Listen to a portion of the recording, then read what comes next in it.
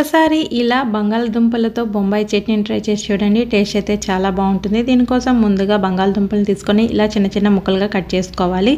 ఇప్పుడు ఒక బౌల్ తీసుకొని ఒక స్పూను శనగపిండి వేసుకొని కొద్దిగా వాటర్ యాడ్ చేసుకుంటూ ఎటువంటి ఉండలు లేకుండా ఇలా కలిపి పెట్టుకొని పక్కన పెట్టుకోవాలి. ఇప్పుడు స్టవ్ వెలిగించుకొని స్టవ్ పైన కడాయి పెట్టుకొని 2 స్పూన్స్ ఆయిల్ వేసుకొని ఆయిల్ హీట్ అయ్యాక ఒక స్పూన్ ఆవాలు, స్పూను మంచెనపప్పు, అలాగే ఒక స్పూను జీలకర్ర, సన్నగా పొడవుగా తరిగిన 2 ఆనియన్స్, మీ స్పైసెస్ తగ్గట్టు 5 నుంచి 6 పచ్చిమిర్చి వేసుకోవాలి. సన్నగా తరిగిన అల్లంని ఒక స్పూన్ వేసుకొని ఫ్రై చేసుకున్నాక కొద్దిగా కరివేపాకు, 1/2 టీ స్పూన్ పసుపు వేసి సన్నగా చాప్ చేసుకున్న ఒక టమాటాను కూడా వేసుకొని ఫ్రై చేసుకున్నాక మనం చాప్ చేసుకున్న పొటాటోస్ని కూడా వేసుకొని తగినంత సాల్టు, కొద్దిగా ఇంగువ వేసుకొని బాగా కలుపుకొని కొంచెం వాటర్ యాడ్ చేసుకొని పొటాటో ముక్కలు ఉడికిన తర్వాత మనం ముందుగా కలిపి పెట్టుకొని శనగపిండి మిశ్రమాన్ని కూడా వేసుకొని ఒక 5 to 10 మినిట్స్ కుక్ చేసుకొని స్టవ్ ఆపేస్తే ఈ ఆలు బొంబాయి చట్నీని ఇడ్లీ, దోశ, పూరి, చపాతీ దేనిలోకైనా సర్వ్ చేసుకుంటే సూపర్ టేస్టీగా ఉంటుంది.